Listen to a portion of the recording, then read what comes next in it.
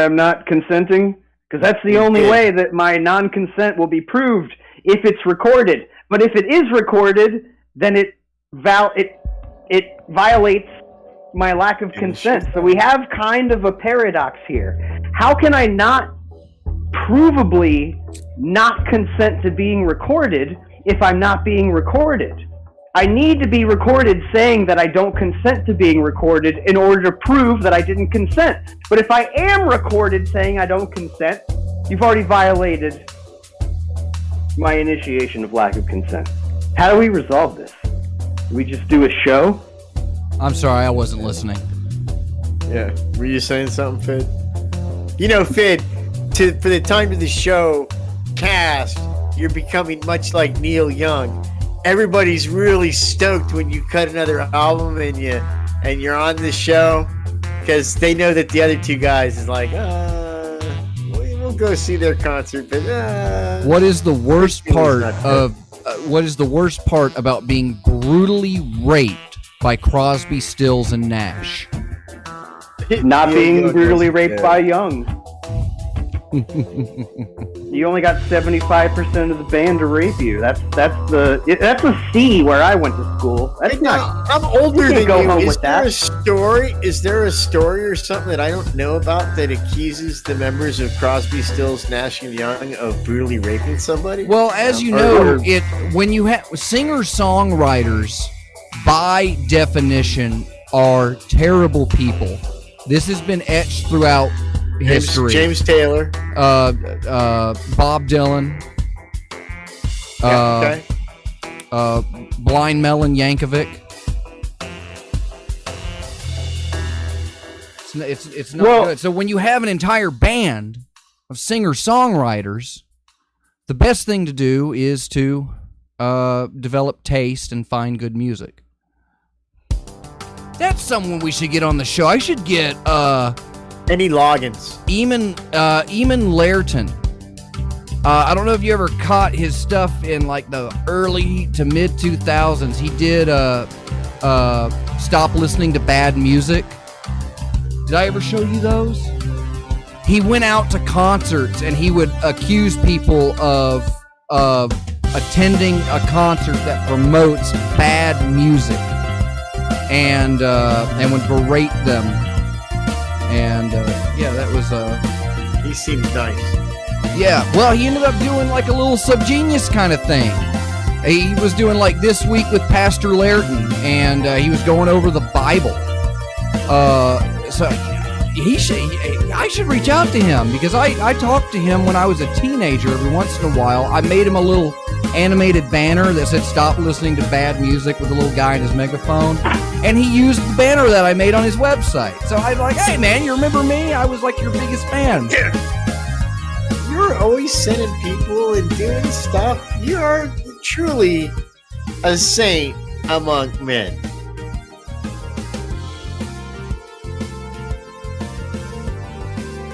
Wrote a racist song about the 12 Days of Jihad, and like I want to say right after sung to the 12 Days of Christmas, right after the Twin Towers. Oh, hold up, theme song time. It's my favorite part.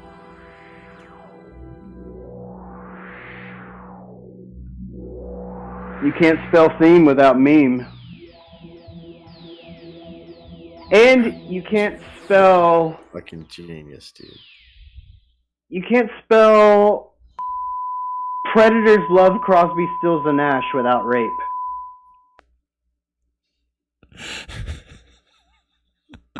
Not all together. I mean, them words are in, the letters are in there somewhere. They got it. Well, that's the whole point of not being able to spell small things.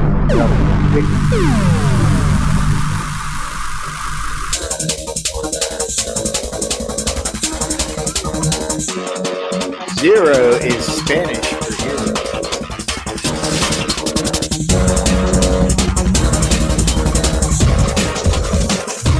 $300 sardines in a row.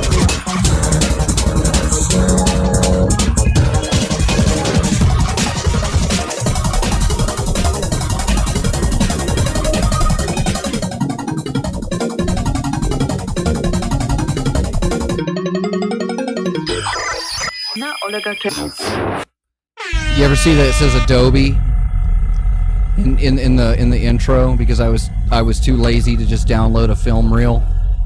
Welcome to Time for the Show, your weekly Hypercubist radio and Subgenius Sub-Ether WaveNet propagation and firmware update. I'm Dr. Fox coming to you from Studio Subbasement 27 here at Hypercube Labs in Orlando, Florida. And joining me on screen is another guy wearing glasses with lights right in front of him. Here's Reverend Pease. You said to put the lights on. You like the lights, I thought. We do like the lights. Well, guys, I mean, I appreciate the lights because it's a production value. I can't say that the audience likes the lights. You know, up until this point, Pease, every week, you know, I just replaced your video feed with just a JPEG of you sitting there in the dark, and nobody could tell. So we've made it. It's big time now. Nice. Oh, you leaving now? Where are you going? Okay. No, I'm right here, man. So I'm excited. I'm excited for this week's show. You know, we've done 172 shows, and we're coming up. Before the show, Fox was telling me we're coming up on like a significant number of shows, and I asked him, I said, you know, what makes whatever number you're talking about more significant than all the other numbers that we used to get to that potential significant number, of which he would not tell me what it was. So sometime in the near future, a significant show will happen that will, you know, have some kind of significance to it. But let's think about that, except what don't we do, kids? We don't think. Oh, that's what we don't do. Because we subscribe to the tenets of hypercubism. Fox, tell the children about hypercubism, would you? Well, I can't hear you. Could you talk into your microphone that's so well lit? Can you tell the children about hypercube? Can I tell the children about hypercube? Well, I can tell you all about hypercube. I can tell you a lot about hypercube. I can tell you more about hypercube than you probably want to know. So, to make things easier, the Hypercom has been opened up tonight, and we're joined by former Hypercube engineer and current Supersphere megalomaniac and chief narcissist, Fid Chuli. Welcome back to the show, Fid Chuli. Guten Tag, Herr Fox, Herr Pease. Guten Morgen, mein Fräulein. Well, that's it, everybody. We'll see you next week. Thanks for coming in. Hey, Fox, push my cough button. I'm about to cough. Okay, ready? S9. Ready? And... Ready? Ready? Oh. I got it. Wait. Now, Pease, what I was saying is that this is episode 173, which means we are approaching a number that seems significant. That's all I said. What number? I didn't. What number? What number is more significant than all of these other numbers? What? That's what I'm putting out there, because I don't know which number episode it's going to be worth anything.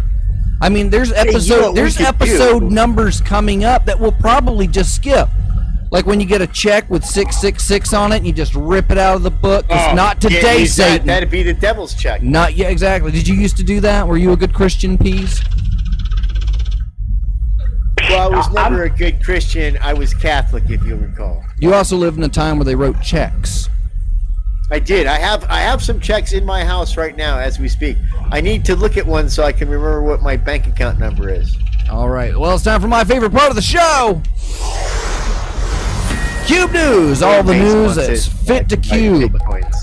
So let's see what we got here this week. So, Friends of the Cube, Rubik's Cube, that I was talking about last week. I went up to Bethlehem, Pennsylvania, birthplace of our Lord and Savior, and they filled the place. There was a standing room only, complete madness. Debris everywhere. It was actually hazardous to be there. So it was of course a lot of fun. and a little subgenius Yourself in peril. meetup. Ferg was there, St. Valtimus Ex Mortis was there, I was there, Dr. Cosmac was there, so it's like a big Hypercube rep was there, and we got to see a couple of other nice fellers that I hadn't seen in a while. So it was nice to catch up with them, but it was also nice to catch up with them in a bar that was incredibly loud, so I didn't really have to have a conversation. I could just nod. But Stang does.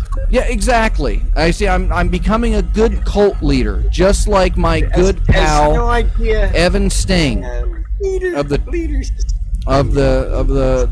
Pentecostal Tabernacle of the Metaphorical Idiot. Well, listen, have we got to the Cube News yet? Because I got some questions for you. Well, yeah, I was just going over that Rubik's Cube. That I went and saw them last week. So I saw them at the Fun House. I sent him a song. Pease is gonna be on the next Rubik's Cube album, which you can actually download Rubik's Cube albums like Bob Comp 1 and Hypnostank at packslack.com.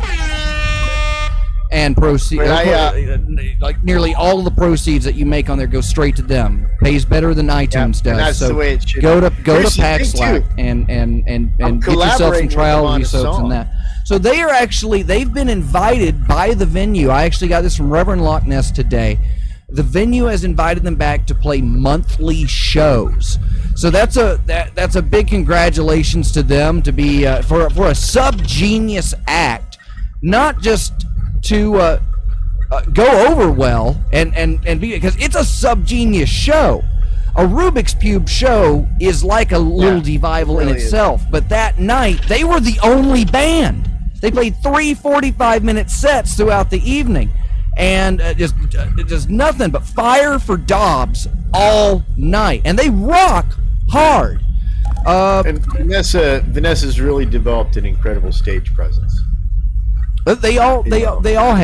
They've all worked They all out. have. No, but Reverend Rock God, well, I got to see Reverend Rock God. I've known him for like over a decade now, and I think you know this story that I'm going to tell to the kids. Reverend Rock God and several other of the Ex Mortis Fedcoms Clench and family were at X Day, and Reverend Rock God was strumming along on a guitar, and he was just playing the intro to Where Is My Mind by the Pixies for about 20 minutes, waiting for the rest of everybody in the jam band to pick up and play the song, to the point that Synfaltimus Ex Mortis, his father, came up and they jammed for a bit, and then they let him play through the song, and he looks over and goes, and that was the Pixies, everybody, and now we don't have to hear them anymore for the rest of the week. And since then, and I could see that click in him. He's like, immediately, that's how jam bands and doctor music works. You don't play songs. You don't even play music. And from that point, every year he came back to X Day. It was between him and Fid Chuli the entire time until Fid really got there. Before Fid showed up to X Day, it was the drummer from the Amino Acids and Rock God all week. So they've all come a long way, and Rob's a super nice guy. I got to sit down and crack some off-color jokes with him after the show. Yeah. So that was Rob's great, man. Rob's like my new friend. So if you're in the Pennsylvania, New Jersey, Arizona tri-state area, make sure to check out the Fun House in Bethlehem, Pennsylvania. Make yourself a trip out there and support Rubik's Cube. My Devival that I threw before, that which literally was my bachelor party, funded my trip up to the X Day that my wife and I got married at. And Stang said, I think that's the first Subgenius event to ever make money. And that was like a couple $100, and I still had to split that between a bunch of other idiots. But Rubik's Cube by far has figured it out, which is basically do the opposite of what I do and entertain people. So kudos to them. Please go support them and buy an album. I'm collaborating with them on a song. I sent them the words to my poem, "Let's All Go to the Bitch's Wedding," and I'm hoping that they're going to turn it into an awesome song. Maybe I'll get a writing credit or something. Reverend Rock God, drummer for Rubik's Cube, is cool because the first time we met each other, he brought the drums to X Day. Yep. Him and I were really the only two drummers, and a thing happened to me, which happens occasionally to drummers, especially when you're playing somebody else's set, is with either one of your hands, you bring it down to hit the snare, and you fucking nail the very thin steel rim of the snare drum, and you bust your knuckles open. I ended up doing that on both of my hands and like shooting blood all over his drum set. And didn't even notice it, like at first. He came up to me later, he's like, "Dude, did you like bleed all over my drum set?" And I was like, yeah, sorry, man. And he's like, "That was awesome." Yeah, that's so hardcore. I believe he still has the skins. Yeah. So in case of an emergency, we can clone a drummer. Yeah, hey, everybody get in a circle and jack off on this snare drum head. We need a drummer. You're not supposed to tell everybody about everything that goes on at X Day.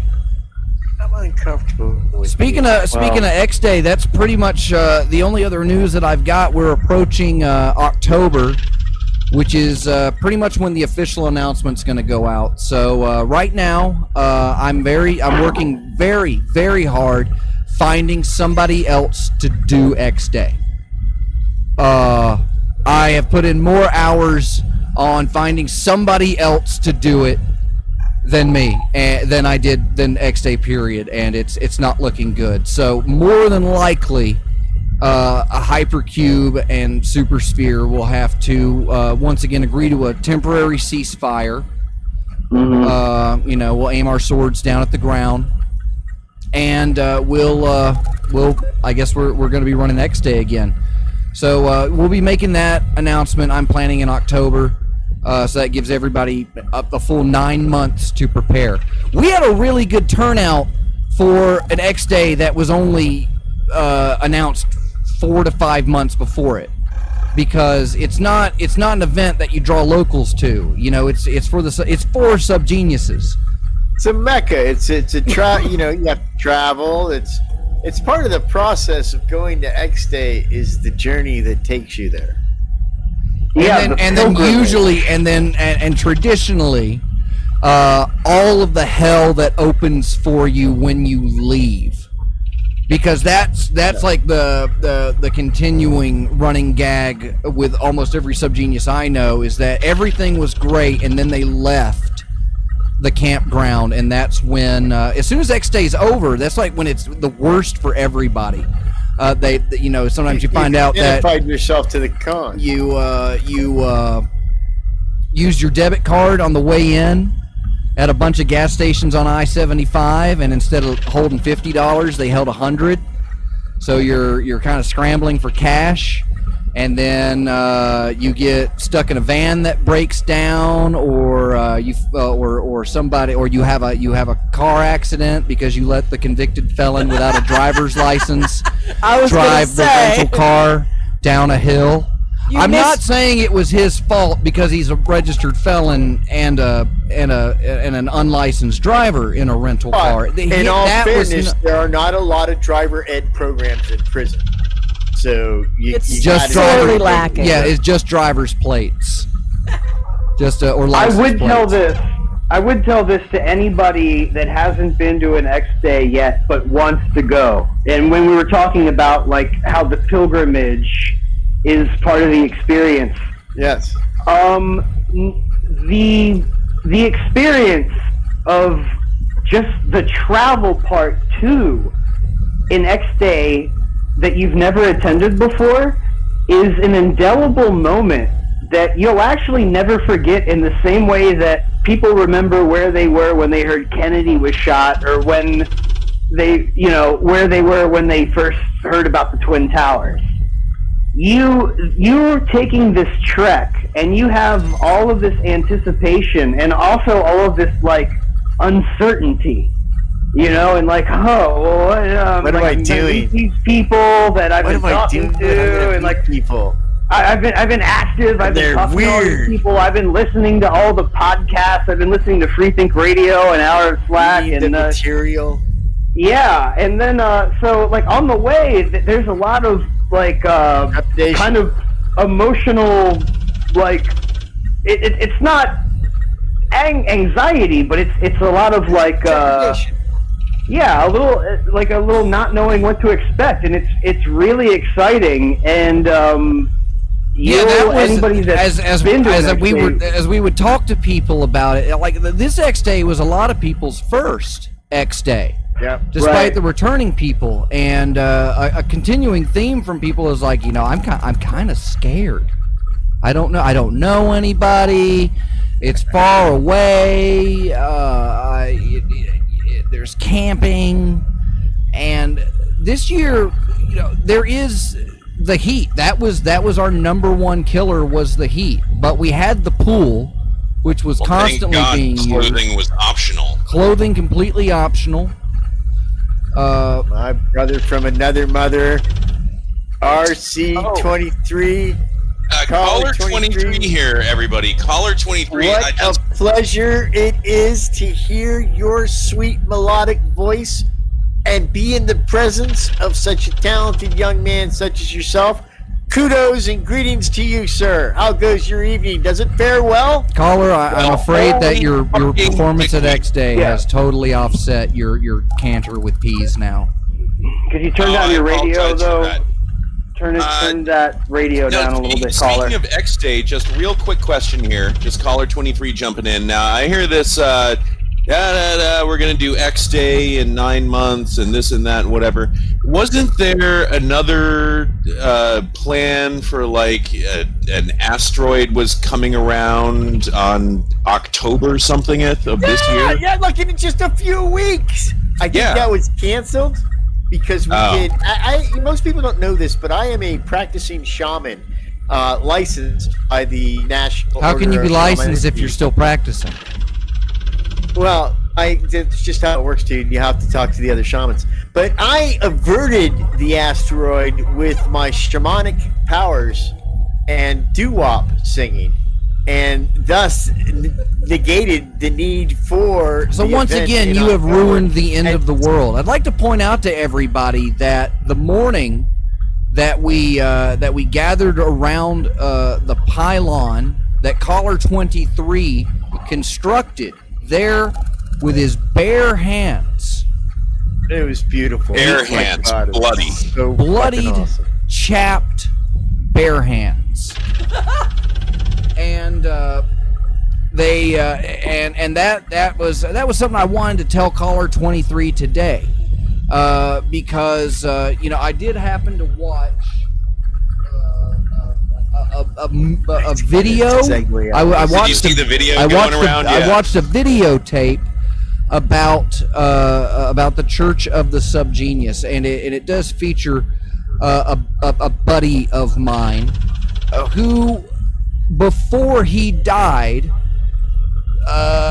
his great mutant art project was to construct a beacon to summon the Exists. And exactly. Caller 23 not only built a sub-ether don't think condensation pylon complete with rotary beacon and beeps and boops. That's right. Not a prototype. Not a prototype. A functioning finished production version on stage in front of my very eyes. Yeah, you guys like that? It was the I thought there was going to be more pylons, but then later I'd start looking around and I realize I've been surrounded by pylons the whole time that I was there. Yeah. There was a point later in the night that I started looking and it's like, well, shit, that's a pylon. There's a pylon over there. There's 3 of them on stage. Four on stage. Chicken wings. When you showed up with the chicken wings, and I ate some of those chicken wings, I was so hungry, dude. I was dying. You brought something else too besides chicken wings. What else did you bring? There was like sausage or something. That was it. I had some. Yeah. Did you like Caller 23 sausage peas? It was delicious and quite tasty. I'd partake of it yet another time. So that was actually prophecy. Well, I wouldn't call it prophecy, but an endeavor fulfillment.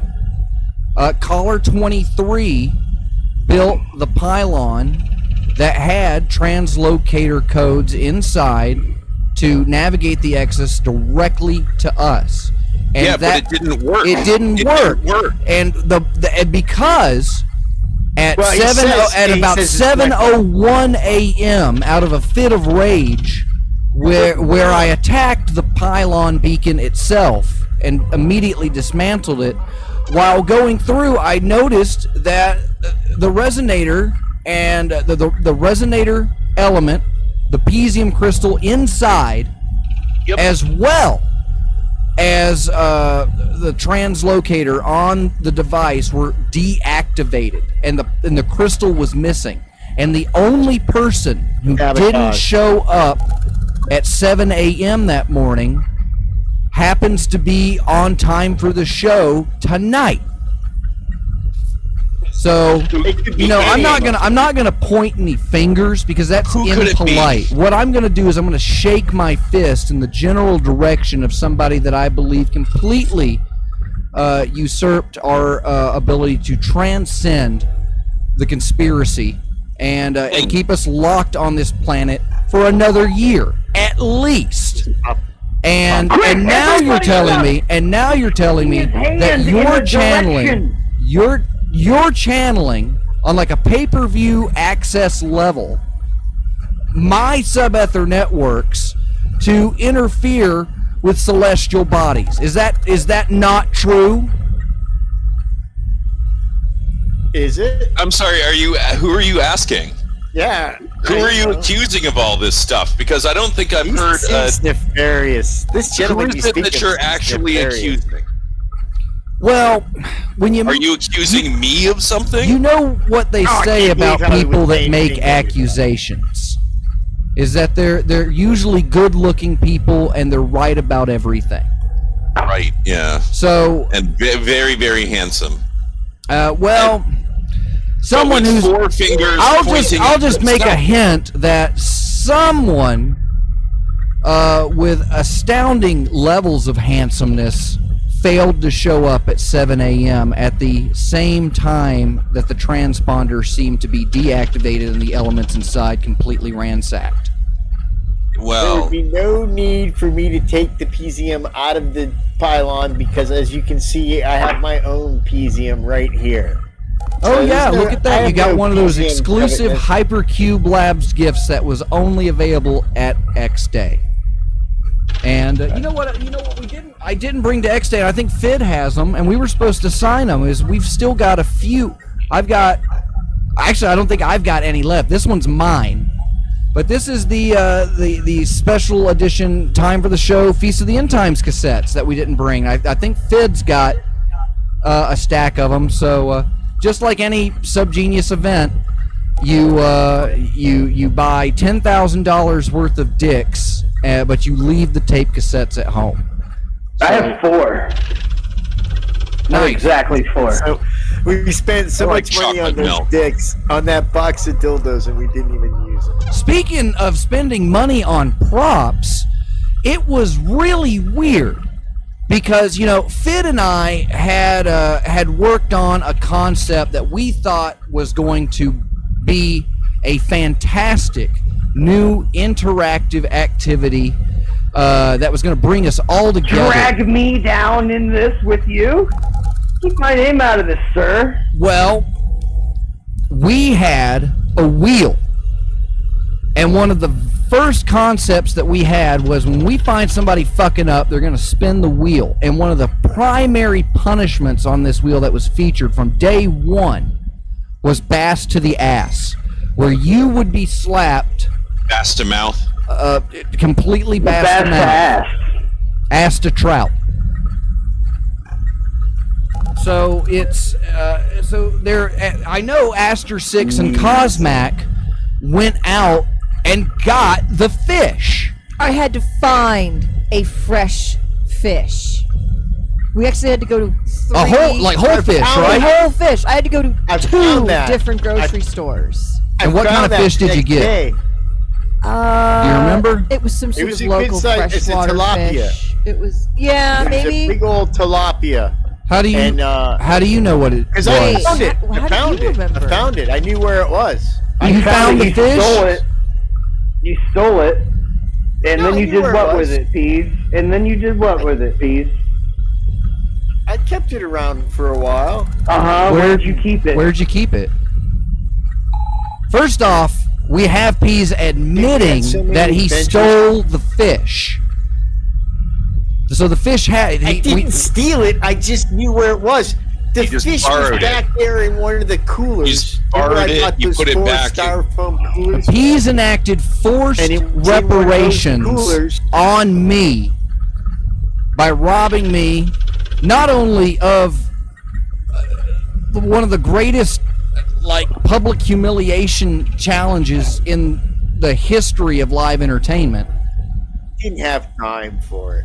Peas, I- but you didn't. But you didn't took just the. take So it you're and saying put you it back. you knew where the fish was, but Aster 6. Yes, but no one asked me. Aster 6 and no, because when we were doing time for the show live on stage, Fid and I both were looking around everywhere for the fish, and we even made Right. comments I knew- during and I the knew- show that we didn't know where the fish went, that somebody had stolen the fish.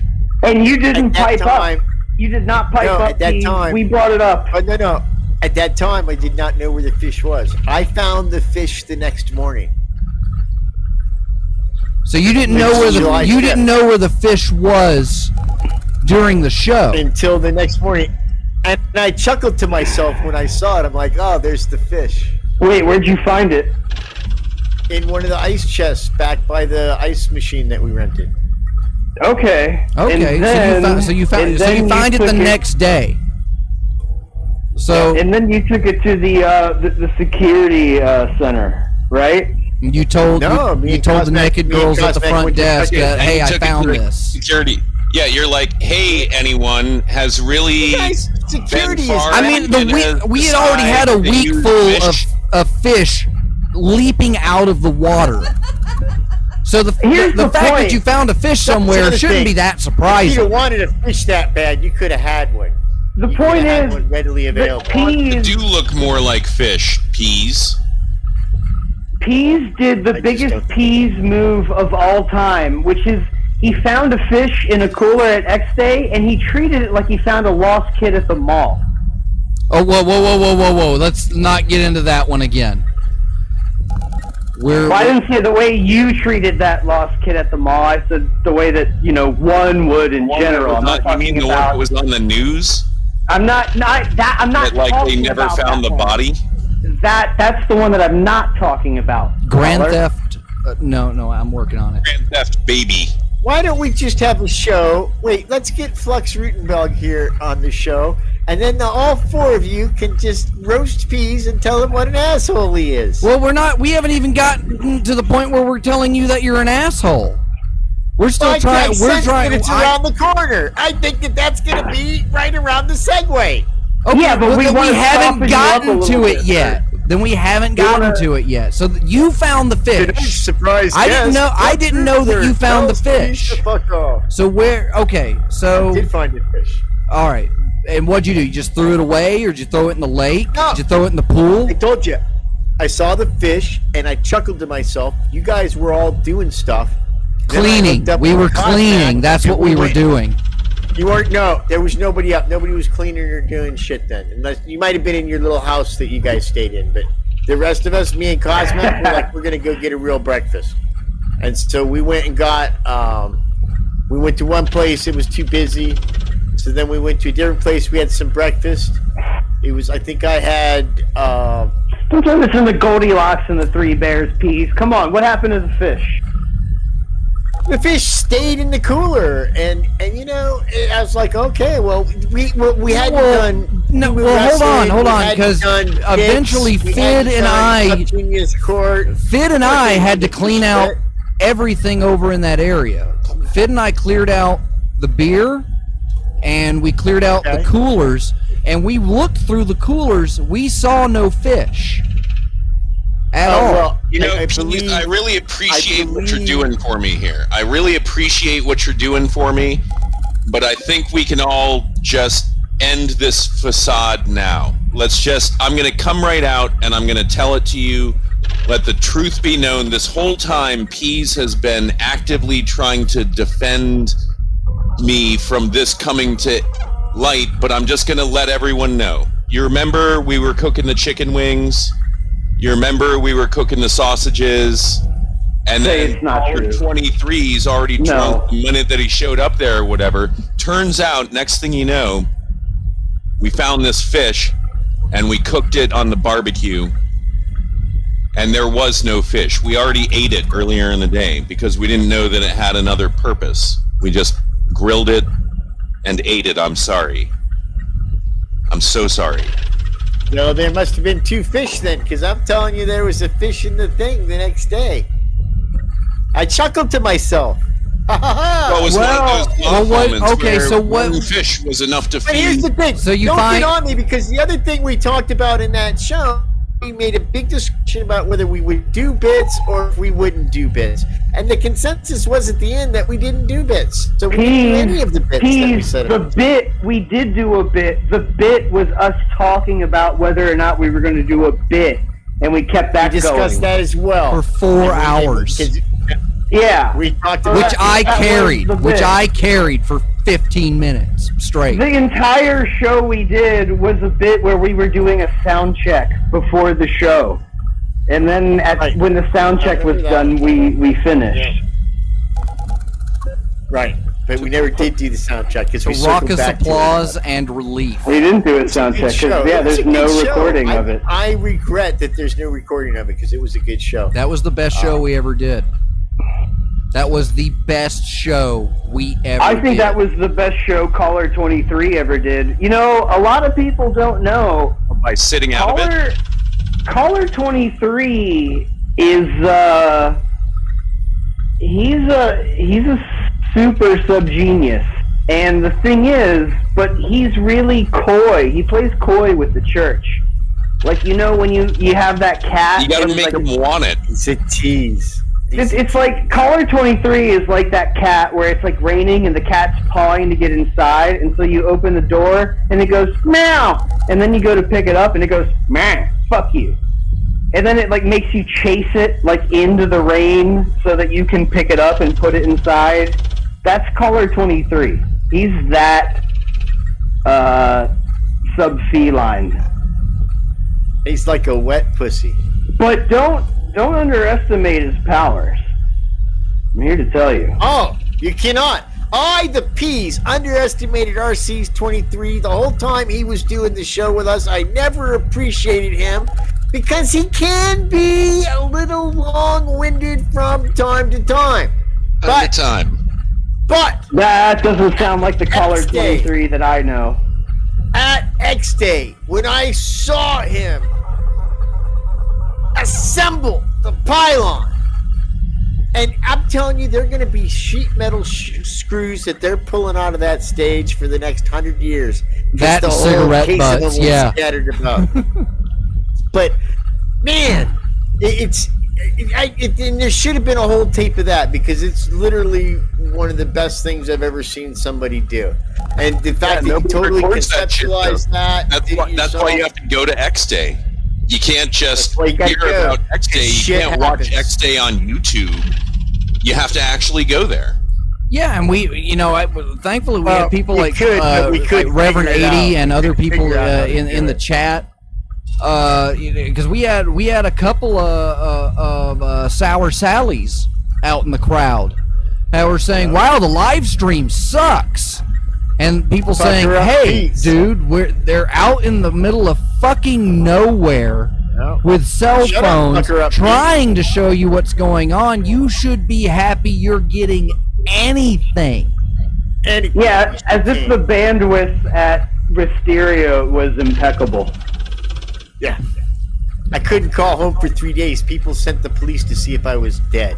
It was Oh, scary. man, they There must was- have, there they was must have never been live streaming. disappointed. Well, there was live streaming last year. It was all on Zoom last year. Even You know though what you're I'm not saying? announcing it, are we doing it at the same location? Are we doing it at the same location? We've been asked to come back. I did announce that when we came back and did the first show after X Day. I knew uh, that. Yeah, I knew that. So the idea would be, But I what imagine we to go decide. back. And I There's- got that cool tattoo. I got that Dobbs head right on the center of my asshole. So now all my shits come I out got in a the shape tramp of stamp Dobbs that head. says. I got a tramp stamp on my back that says "exit only." In case I ever go to prison.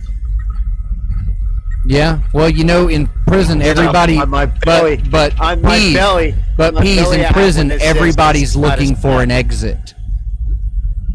So you've got a one of my tramp belly stamp says, that's "This the is not a equivalent stamp." of like a pack of Nabisco wafers sitting above your Yeah. ass crack, which is going to get passed around. don't- When it comes Listen, to dude, when it comes to listen. fruition, and you reveal Exit only. reveal Don't go in there. the truth. Definitely going I to think stop. it's pretty clear. Right, exactly. These guys. Yeah, It's like, I mean, these guys are think these it other out. prisoners are reasonable, right? If they see a sign that says "exit only," well, they'll just automatically respect that. Prisoners the are known guards on their ass. for their love and admiration of authority. Just make sure you have it in like at least 7 languages. Listen, if I clearly post on my backside "exit only" and you penetrate me, that can technically be construed as an escape attempt. And so, thus, you'd be adding time to your sentence. Isn't Who's that gonna- the Well, yeah. isn't that There- the there principle is of that movie? something- What was it? The Core? Yeah. Peas, the only thing that they're doing by turning you on your belly, squishing the meat of your shoulder blades together to simulate titties, and then fucking you in the asshole is an escape attempt. They're trying to escape the reality that they're in prison and that you're a man. And that your teeth Okay. come out. Well, you know what? My secondary why- defense, is to use Janet Reno or Miss Nevada voice. Stop it! I don't like that. It's not sexy. No, all surprise butt sex is pedo bear approved. All surprise butt sex. Because surprise butt sex is really the best butt sex. It's like Well, that's surprise. why you get the surgery to relocate your butthole to the front of your crotch, and then you relocate your dick to the back of your crotch. That way, there's never any surprise butt sex. They got to come at you from the front. And then you can sit down You to can see pee, him. because your dick's in the back. Yep. Might inadvertently pee on somebody though. I'll bet you in the future there'll be people that say, "Hey, I identify as a butt dick person," so they have that kind of surgery done, and we'll all have to put up with them like, "What are you doing, dude?" "I'm peeing." "Well, don't do eye contact with me. I can't help it. My dick's in the back." Yeah, it's like a sex Dick in change a bag. operation, but it's It's not just a genital changing reassignment. sexes. It's genital reassignment. What they do- It's how to make reassignment. fingerless gloves. It is genital, and thank you for the wow, that was a deep pull by Fox. I don't You're- know. you're I welcome. can't believe Oh you man! You're you welcome. remembered that That's going- video. And that ball is going. It is out of So what here. they do? No, it's really interesting. They don't actually like cut your dick off and put it on your back, and then they cut your ass off and put it on your front. What they do is they That's They take called the Alabama streetcar. do like Kentucky they waterfall. score the skin of your dick. They just score it just on the like dermis level, and then they pull out all the guts, and then they push your dick up inside of you, and they make that your asshole. And then they take your anus and they reach up, it's like up to their elbow. They grab the inside of it and they just yank it out. And that prolapsed anus, they turn into your dick. What So- the fuck happened to you as a child, dude? What the fuck happened? There's some terrible. He was left terrible to his own tragedy. devices. That's why. We're lucky you're not a serial murderer, sir. Yeah, you're Thank lucky. God for God. You're lucky. I'm lucky But you're not a serial Not. murderer. There's a few people that aren't so lucky. I'm not going to name names, but Hey, Some- you guys seen that guy everybody's looking for in Florida? That I'm left just his saying, if- girlfriend out here. I mean, Drove back home in her van. I think I saw that chubby alligator they were talking about the other day. I'm a serial killer, but I am a casting agent for the obituary section of the local newspaper. Let's just put it that way. Hey, print sells. I don't think it's right. There's no to such get thing as released- bad press.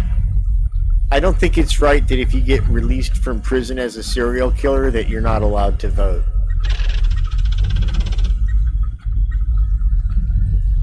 Really? You seem to have. Are you really not strong allowed to vote, feelings about Pease? that. I know you live out there in the desert with all the Mansonites and the All of you Mormons. guys, and you're fumbling around like we're playing beach volleyball. But we're fumbling around because somebody's been dodging the issue. And that issue is, That but is- of course, It's the thought that Pease sabotaged the pylon that RC-23 performed and built at X Day. Did Pease nefariously and deviously foil the plans of his friends to be removed from the Exus on X Day, July 5th at 7 a.m.? Was Pease really a secret agent for the con all along? No. I do Find not. out after these commercials.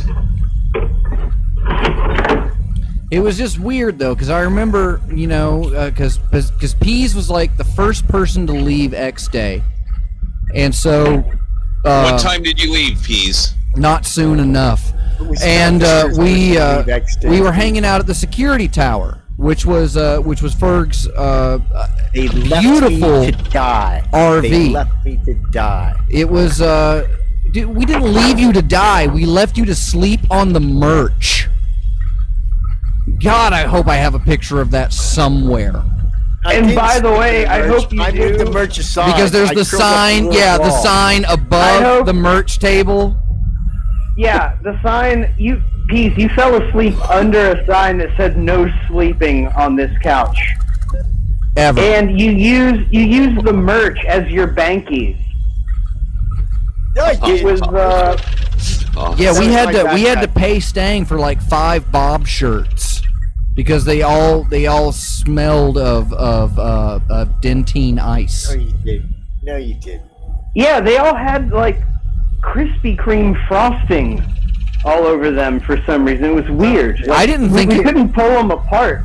Like they were all kind of like It wasn't as Stuck sweet as together. Krispy Kreme frosting though. it was glazed. It was like, yeah, that's right. It was weird because it wasn't quite as sweet, but it totally looked like Krispy Kreme glaze. Yeah, we'll be back to the comedy soon. Yeah, let's get back to the comedy, which means, hey, it's time for our intermission. We're going to listen to a Rubik's Cube song because they're our buddies. When we come back, it's my favorite time for the show, or part of the show. You're listening to part of the show. Just so you know, yeah, well, you know what? We'll tell you when we come Which part? back. We'll tell you when we come back. Stay tuned, kids.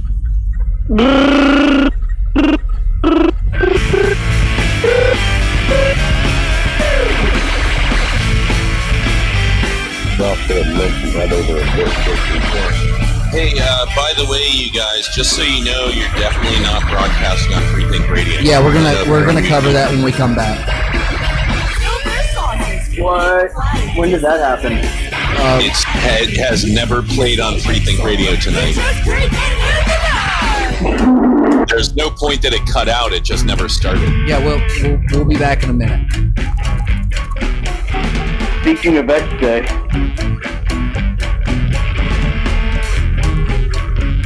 Actually, it's a good time to go grab a smoke. Yeah, I agree.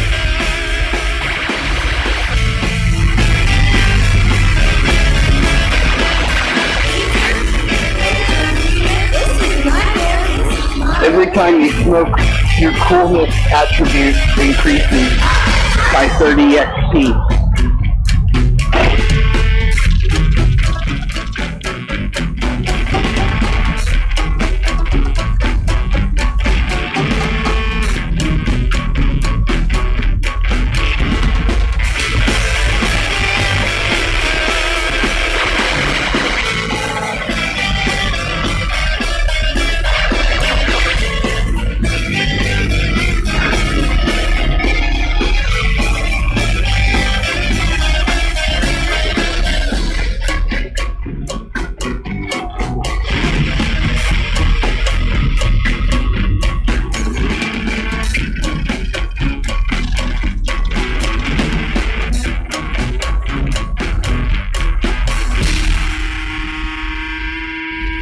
You're listening to Time for the Show, broadcasting live on youtube.com/hypercubego and normally freethinkradio.com.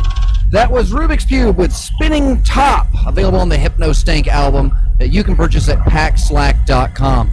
And packslack.com and Trilogy Soaps is a sponsor of Time for the Show. So that's why you have to see that little box at the bottom of the window that says paid promotions. But we thank Trilogy Soaps for everything that they do for us here at Time for the Show and Hypercube, along with our Patreon supporters like Subject T Change, Bob South, Michael Marcus, Reverend Loch Ness, Dr. Trench, Agent Lloyd, Negative at Night, Long Dead, Scalpod, Hazel the Windmills, Couch Sloth, Caller 23, Reverend 80, Dr. Cosmac and Apostasy, X Nord. If you want to be a salty boy like these boys, then go to patreon.com/hypercube and sign up today. Get yourself some Discord benefits like seeing horrible pictures of things and maybe some stuff in the mail. So where was I? So yeah, we are not broadcasting on freethinkradio.com tonight, and that is because of a equipment failure. We have two systems that work here. One dedicates all of its resources to broadcasting to YouTube, and then we repeat that through another system that broadcasts to Freethink, and that system is not starting up. And this is an issue we've had for a little while. So if you want to help us out in either getting computer upgrades or at least maybe a couple of wet naps to wipe off the crust on the keyboard, please go to the Patreon or mail me a laptop at P.O. Box 4304, Winter Park, Florida. So it's time for my favorite part of the show. It's Slackback, and we're going to have a little round table here, and we're going to talk about what we did this week to pull one over on the con. And I can't think of anybody better to start with than Reverend Pease. How did you get your slack back this week, Pease?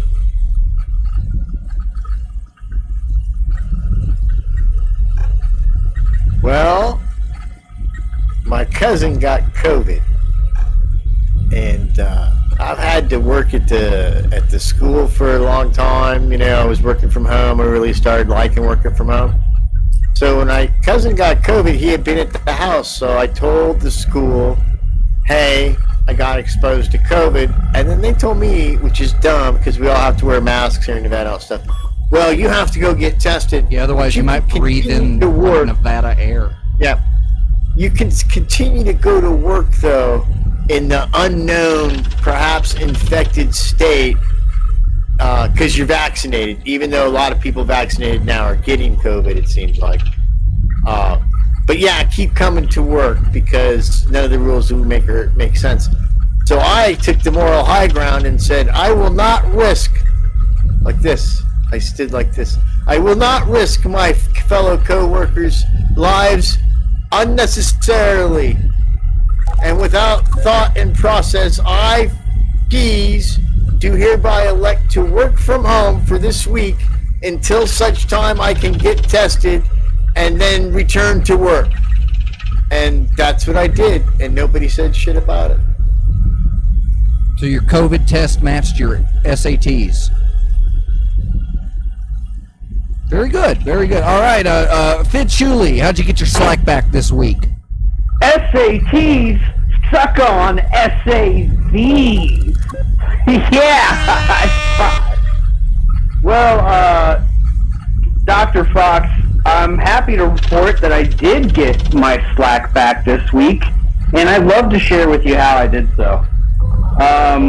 So nobody wants to eat a hamburger that somebody farted on, right? I think we're all in agreement. So what I did, I made a hamburger, and then I farted on it, and then I ate it, thereby saving the entirety of the human population, other than myself, from eating that hamburger. And I said, Thank you. I'm a good person for doing that. You're a hero. You're a hero. Caller And 20. that's how I got my Slack back. First responder. Well, and so some comments, some frequently asked questions about, there's a lot of questions that a lot of people have. Okay? And some of those most frequently asked questions include things like, will I be charged interest on purchase if I take advantage of a promotional rate offer?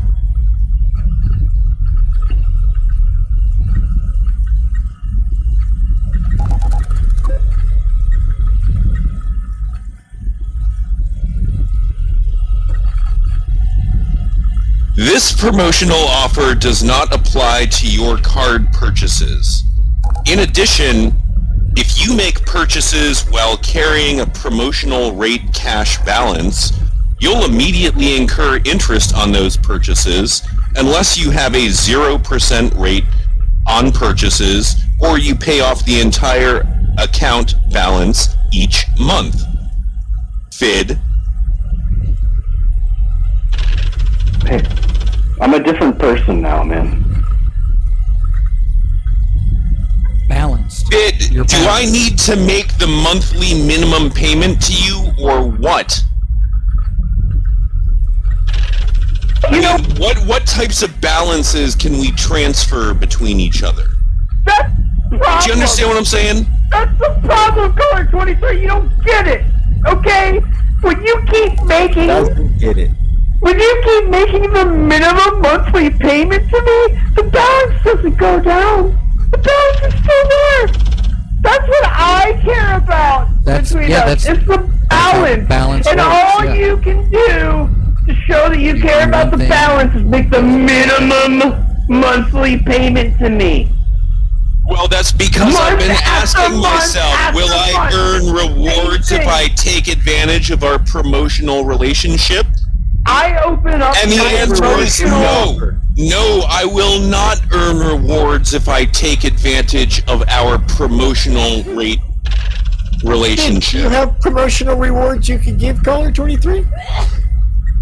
Yeah, but they stack up. You have to have a lot of them before you get a lot of them, okay? Yeah, with FID, there's always a fee to take advantage of an offer like that. You know what I'm saying? There's always a fee associated with the offer. Did you get one of those? Promotional offer. Did you get one of those Chulico Super Sphere gift catalogs? I got one of those where when you log enough hours, basically just shit housing Hypercube, you can cash these points in for valuable prizes like a teak table or a plastic That is antique valuable. clock. And you have to score all of these things, and so far, What do have I to don't do? think Just- anybody just shit houses It Hypercube just sends you harder into than me. possessions. So yeah, now I'm up to my ears in teak tables from the Chuli showcase. Caller 23 accuses me of always having a It's an old fee TV guy. to get rewards, but if you listen carefully to what he's saying, all he wants to do is to be able to charge things against my emotional capital for absolutely no risk. And he wants me to take all the risk. Well, And I'm it's saying like he you need to take that Well, risk you know what makes me together. mad about this? Caller It's like 23. he doesn't even understand all the money you lost when you invested in TV Guide. I'm saying, caller 23, God. if you want me to give you some credit, you got to Africa. give me some credit. Well, Fib, Well- you are like the A game of risk management. I mean, if it wasn't for you breaking your legs at X Day, it was the only thing that was going to stop you from intentionally doing a flying jump kick into the sound booth. So, I mean, you assessed that risk. You immediately enacted in your best interest, and it just so happens, bam, balance. Well, kind of balance. The floor slipped out from underneath him, but yeah, I mean, yeah, that's that. When it comes to risk management, I can't think of anybody better to give any continuance of responsibility than Fid Chuli. First of all, You know, I was not Supersteer's been attempting- I around was longer not- than Hypercube, so they're much more established and responsible than we are. You know, people might say, "Wow, Dr. Fox, you suck at getting the mail out," but nobody ever tells Fid Chuli that. You know, Well, that's because nobody's allowed to be in Super Sphere but me. And second of all, it wasn't a jump kick. I was attempting to do a flying scissor kick into the sound booth that you were currently occupying. yeah, that Okay. was okay. So everybody else is on acid during that event, but I don't think anybody had a more genuine psychedelic experience than having their back to about $2,000 worth of everybody's equipment and Fid Chuli running like an F-40 PH off the rails like a hurricane, could not be stopped except by fate.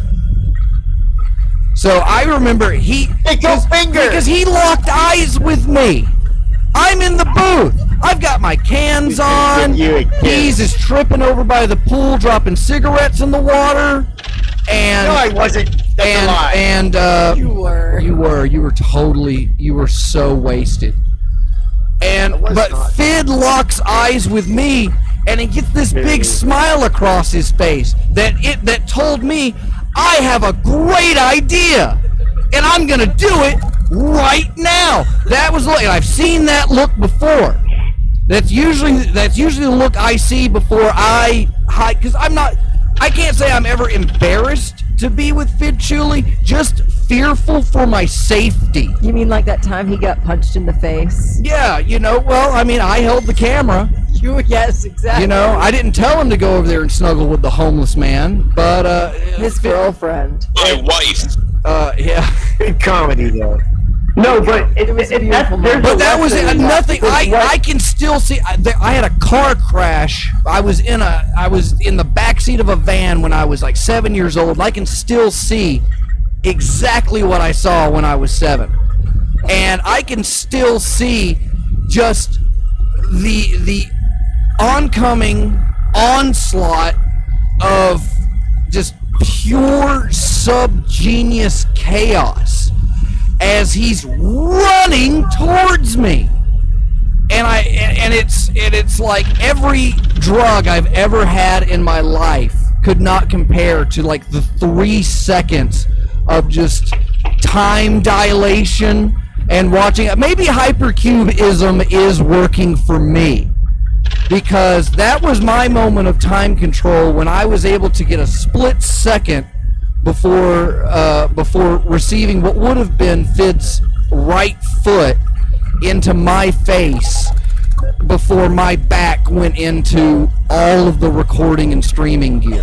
Which, I mean, I guess it wouldn't have been that important anyway. It was, yeah. I mean, it's not like that. It's not like we were using that What shit. happened all instead? What worked out. happened instead? But Instead, worked out. you got Fid Chuli walking around on 2 broken legs all weekend long. and playing the drums on them. He's still drunk. I think I've got that's one of the clips I have from Dr. Here comes Fid Chuli, and he's bleeding everywhere. It's what happened. Like nobody knew what happened, except like Finn didn't even know what happened. I didn't know what happened. I did not know what happened. So confused. I was there. I saw as he put his foot down for the jump, and the whole step just flew up in the air. Yeah, he broke his legs and broke my funny bone because it was that was part of the scissor kick strategy because the sound booth was elevated about 18 inches off the ground. with two steps in front of it. It's one like shitty wooden step that just kind of breached that gap. So in my mind, I latched onto that. I'm like, that's my jumping off point. I want to hit that with my left foot, pop up, then raise the right foot sideways right into Fox's face, and it's going to be hilarious. So as soon as I tried to pop onto that step with the left foot, it just gave way. It flew up. So it was like an Acme mousetrap. It was the Chuli Coyote bit. It was just, and all I could say is the first thing I said is, "Are you all right?" And then the second thing was, "You deserve this." Entirely. And it's funny. Through her words. After that, Finn's talking to me, goes, "I don't know why I did that." Because he started at the other end of the fucking pathway, so he's already running next to the pool. Like con rule number 2, don't run next to the pool. And so we're talking, and I go, "Dude, you're tripping. Why would you do that?" He goes, "What do you mean I'm tripping?" I said, "Do you remember when we got up this morning and we went to the Bloody Mary bar and we got Bloody Marys?" And he's like, "No." I said, "Well, we both did a couple hits of acid right after we drank our Bloody Marys. You probably shouldn't be doing shit like that." And Fid looks at me and says, "That's why I feel so fucking weird."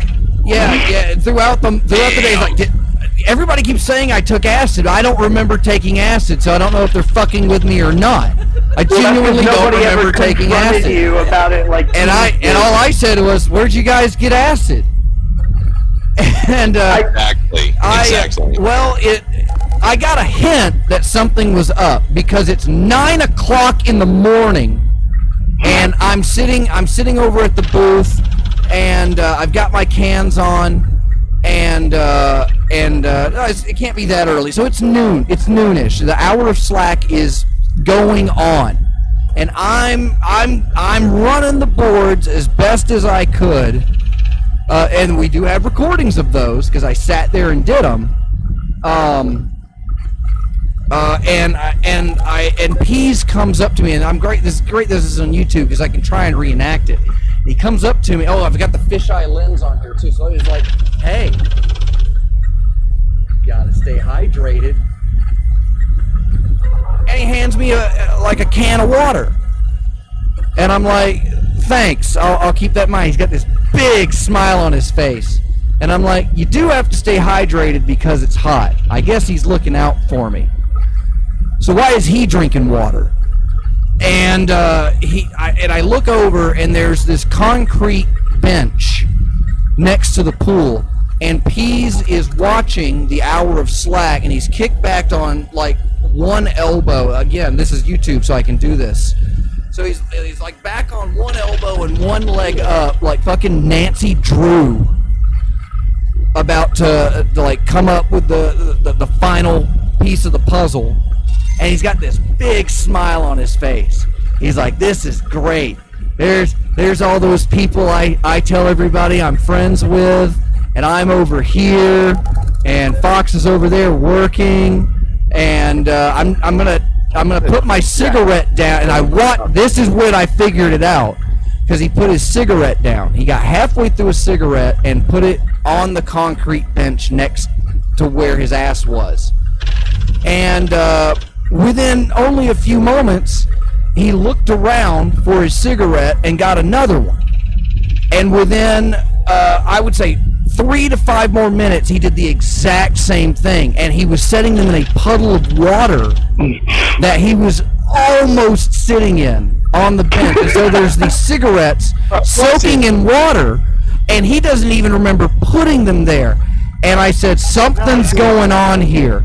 And so we get up there, and I'm like, hey, we gotta. And I tell Pease, who's a acting stage manager at this point, I believe, in his shift. And I said, we got to get the old guys off the stage. Killing it. And I said, why don't you order them lunch? And he gets halfway through the Domino's website on his phone. They wouldn't deliver. And no. It's not that they wouldn't deliver. You got halfway through the order. I think you made it to pizza. And you were trying to determine what toppings to get on the pizzas, and you handed me your phone and said, I can't do this right now, man. I'm not in the right state of mind to handle something like this.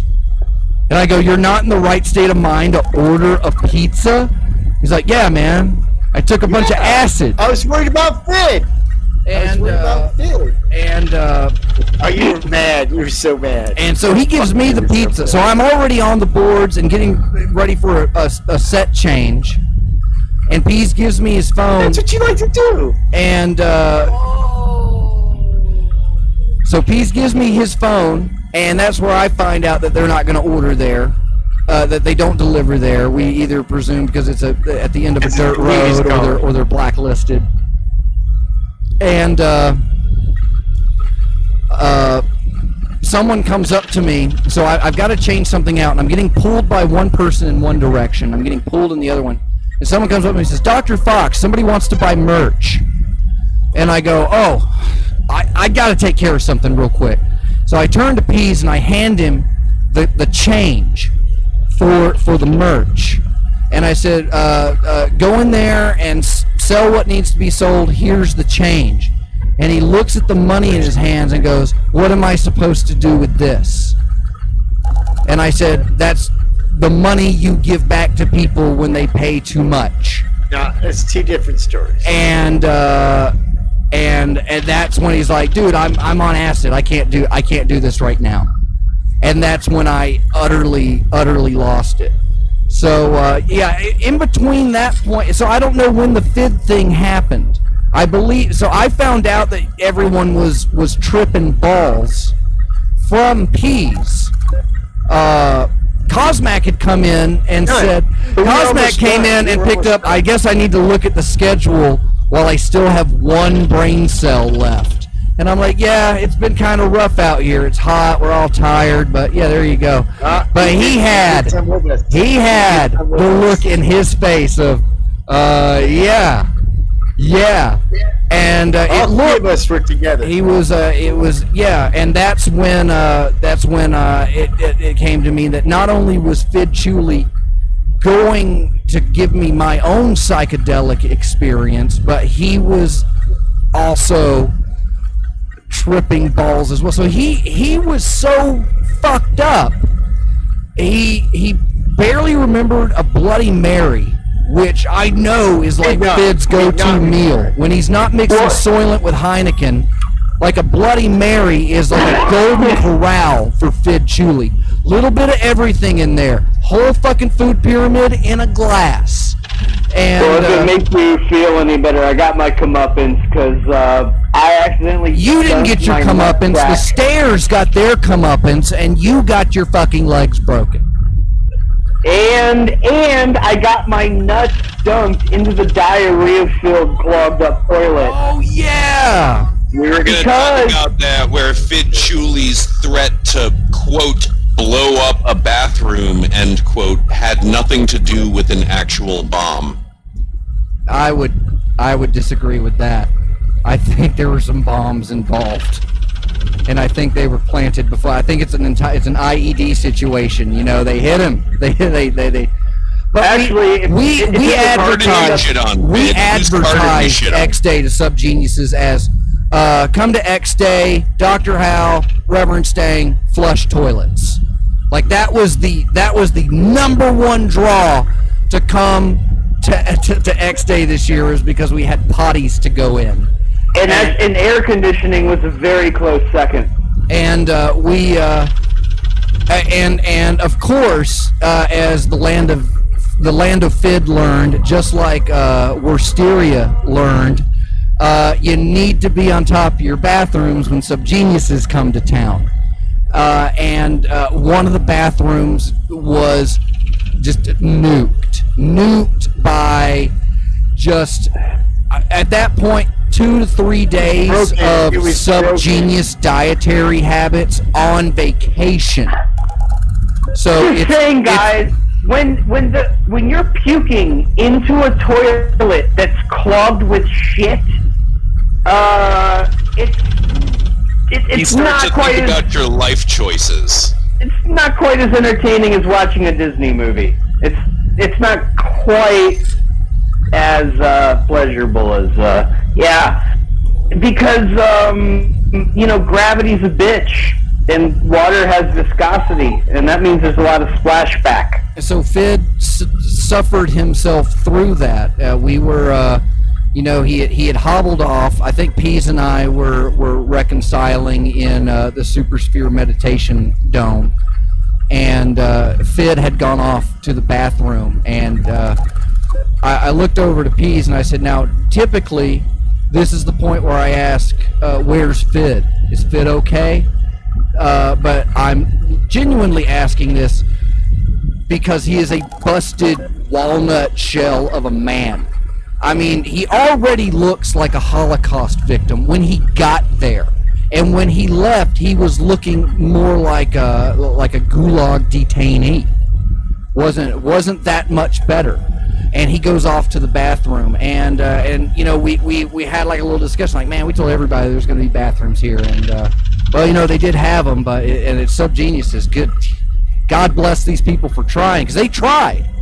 And Fid went and totally Kareem Abdul-Jabbar'd right into the top of Mount Shitstorm, and he came back, and the next morning we saw people walking over towards the bathroom, and we're like, hey, that is totally blown out. Don't even go in there. You're gonna fucking puke.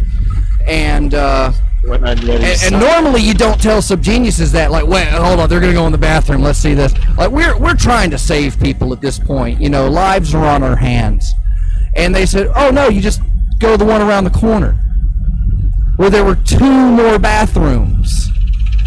Yeah, well, guess who didn't know about that the whole time? They were getting their ball sacks splashed with other people's shit water and puking into the same. Until the next day, when I told that story to somebody, and they said, oh, well, why didn't you just walk around the corner? And I went, what do you mean? What? Walk around the corner? Yeah, go, dude. Yeah, there's a handicap bathroom there. Working bathroom, yeah. Perfectly functional. The handicap bathroom like is a the dream. working man's bathroom. I went, what? Well, that's okay. I still haven't taken a shower since X Day, so I think at this point I have antibodies to subgenius poop. Yeah, because I don't want to get for COVID.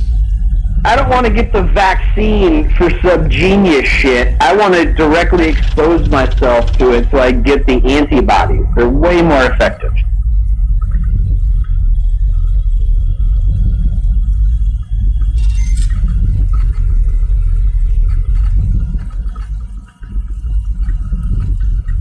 Which brings us to my favorite part of the show!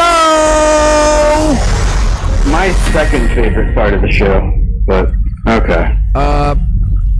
This is where I catch up with Pease before we go to some apologies. And so Pease, now we made an arrangement that you were going to ask director of the Subgenius documentary, Sandy Boone, to come on to Time for the Show. And the contingency was that I needed to watch the movie first, which I will say, I was not portrayed in a positive light in this film. However, it is going to be my next review. I haven't done a movie review in like over a year. So, So this morning, In what way were you not portrayed in a positive light? Well, no, that's a fact. Entirely. You were not portrayed in a positive That way. is 100% fact, Peace. So, despite my reservations, Party of Two, Oregon Trail. Yeah. So, have you done your social media duties? Did you ask the director of the Big Sub G movie if they're going to come on time for the show? And I said, it would be good to find out now. At least ask her now to see when she's available. And so I did right after you asked me that. Well, first you rebutted that she doesn't do anything. She just travels and shit. I believe that was what you said. To which I said, well, there you go. She travels, so you probably want to find. Yeah, I said that on my. So I did have to convince you to do it. Peas, I have a question you can ask her. Okay. Ask her if before she filmed J.R. Dobbs and the Church of the Subgenius, if she got permission from the original director of Schindler's List. Now, I want to circle back some. So, Fox, Why don't we have a Reverend Schindler? Portrayed in any light in the movement? Say what now? I said, were you portrayed in any light?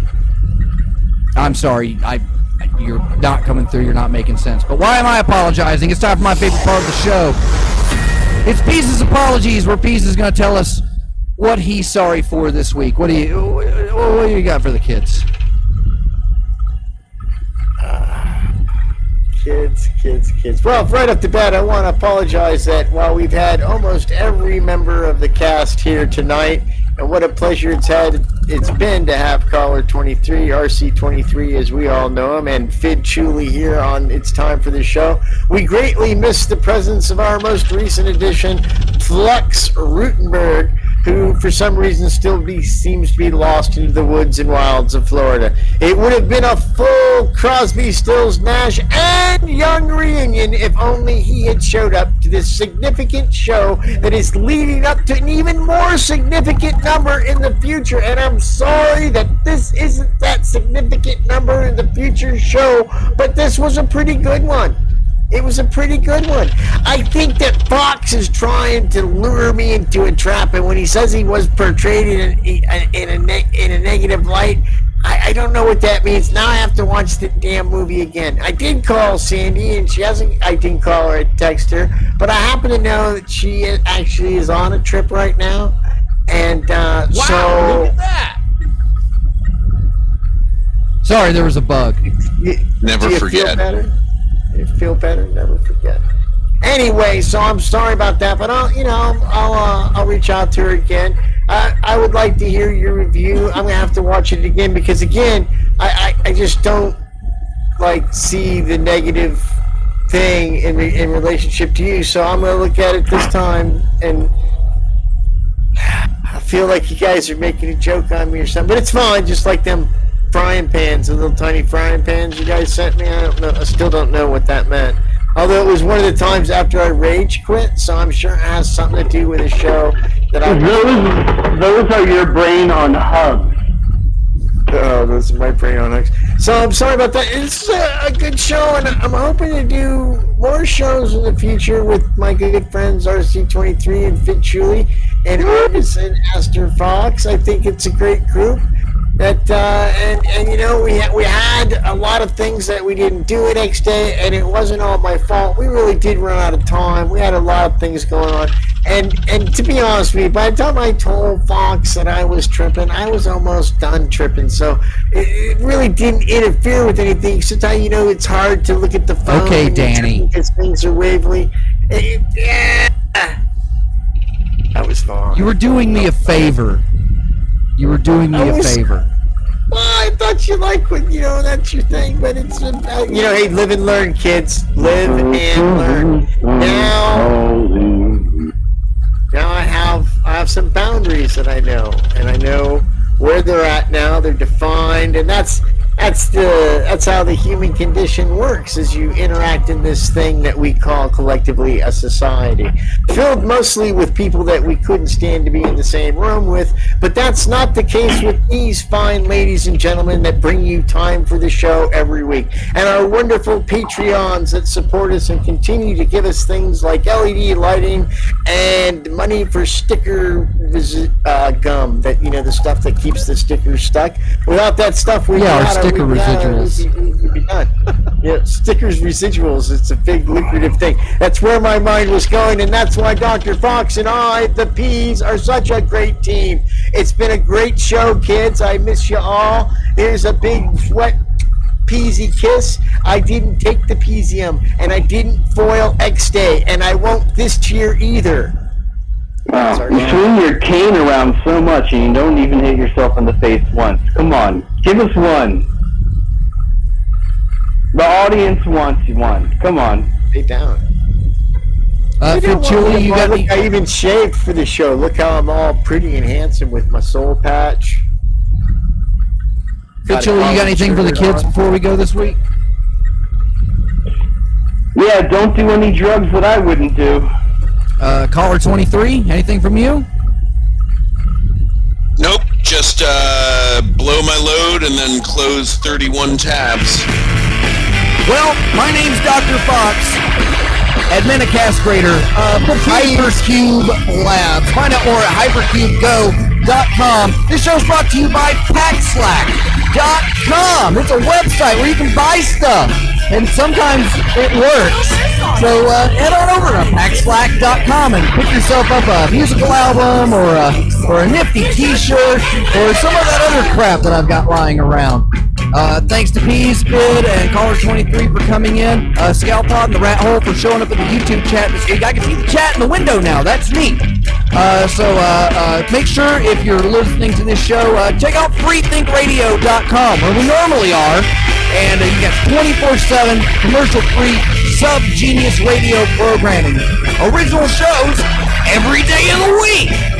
We'll see you next time for the show.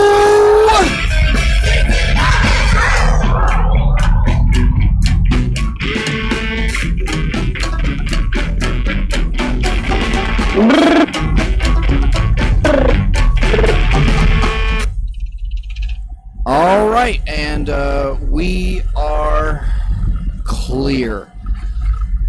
But yeah, seriously, Peas, where did the fish go? It's in the cooler, the styrofoam cooler.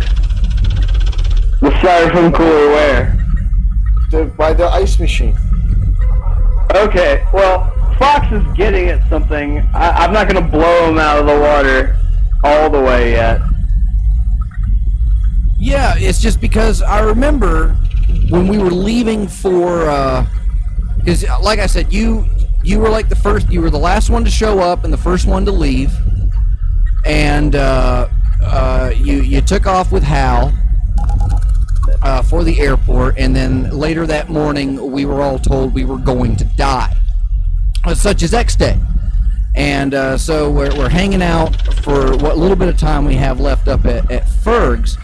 And I swear, on like my way out of the security booth, something just reeked.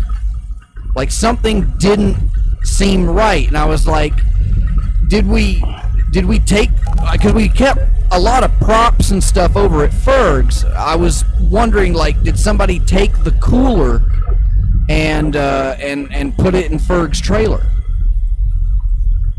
I'm going to cut to the chase. Peas, did you or did you not fuck the fish? That's what I was wondering. No. Peas, I'm No, it's like it's okay if you did. you just Like, open the you mouth, need to know. or you go straight in through the gill. No. Maybe. I didn't. The fish was partially frozen when I came upon it. At the Well- ice chest. Yeah.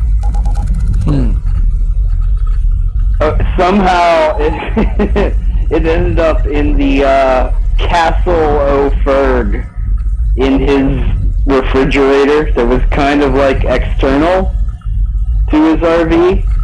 Well, But, maybe they grabbed a shitload of beer. But and put it in one of because it those was a things. refrigerator and not a freezer, the fish just sat in there. And I don't know, maybe the door wasn't closed all the way or something, but his entire RV smelled like fish. He's gonna hate us. Dude, hold on a second. He brought an RV to X-Day and let sub-geniuses come inside. That's on you're him. asking for it. You're asking for it. Okay, I never even saw his RV the whole time. Not only, well, it was way tucked away in the corner. It's what when the security station was Ferg's RV. So he had several major events happen. One was the fish, that somebody put the fish in the fridge, probably didn't close the door all the way. The fish started stinking up the entire RV. Another one was somebody went in the bathroom, left the faucet running, and it flooded the RV. And then Fluff fucking Rutenberg Throw up.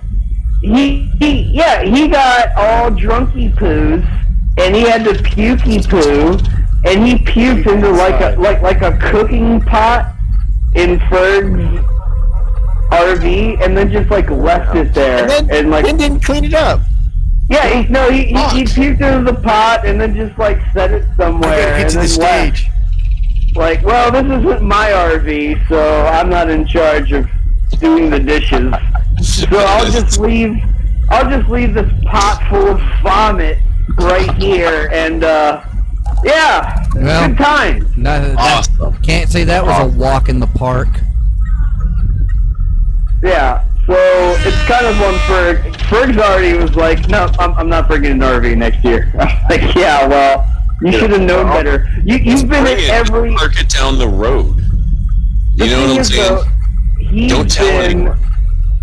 Well, that was kind of the idea of parking it in the corner where he did. If it wasn't for that RV, we would not have had like a solid air-conditioned place for us to operate out of. And we needed that.